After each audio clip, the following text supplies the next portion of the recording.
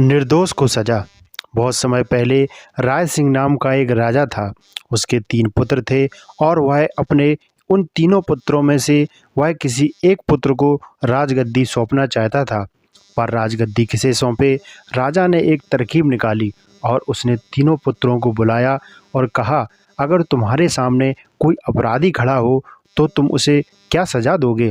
पहले राजकुमार ने कहा कि अपराधी को मौत की सजा दी जाए, तो दूसरे ने कहा कि अपराधी को काल कोठरी में बंद कर दिया जाए।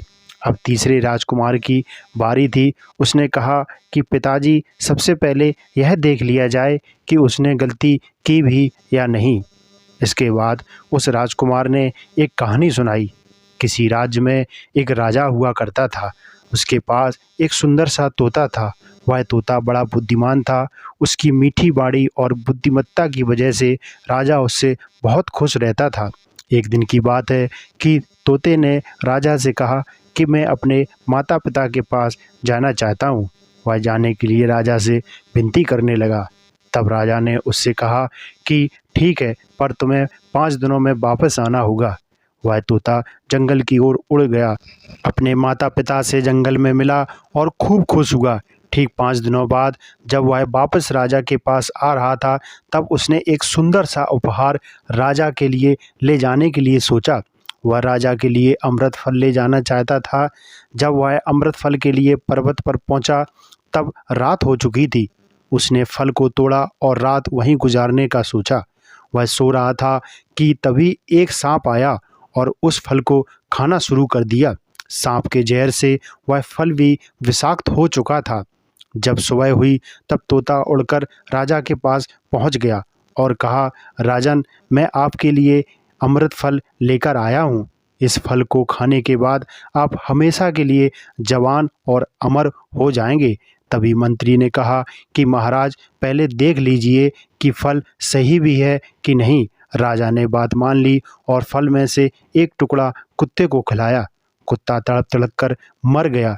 राजा बहुत क्रोधित हुआ और अपनी तलवार से तोते का सिर धड़ से अलग कर दिया। राजा ने वह फल बाहर फेंक दिया। कुछ समय बाद उसी जगह एक पेड़ उगा। राजा ने सख्त हिदायत दी कि कोई भी इस पेड़ का फल ना खाए, क्योंकि राजा को लगता था कि यह अमृत फल विषाक्त होते हैं और तोते ने यही फल खिलाकर उसे मारने की कोशिश की थी। एक दिन एक बूढ़ा आदमी उस पेड़ के नीचे विश्राम कर रहा था। उसने एक फल खाया और वह जवान हो गया, क्योंकि उस वृक्ष पर उगे फल विषाक्त नहीं थे।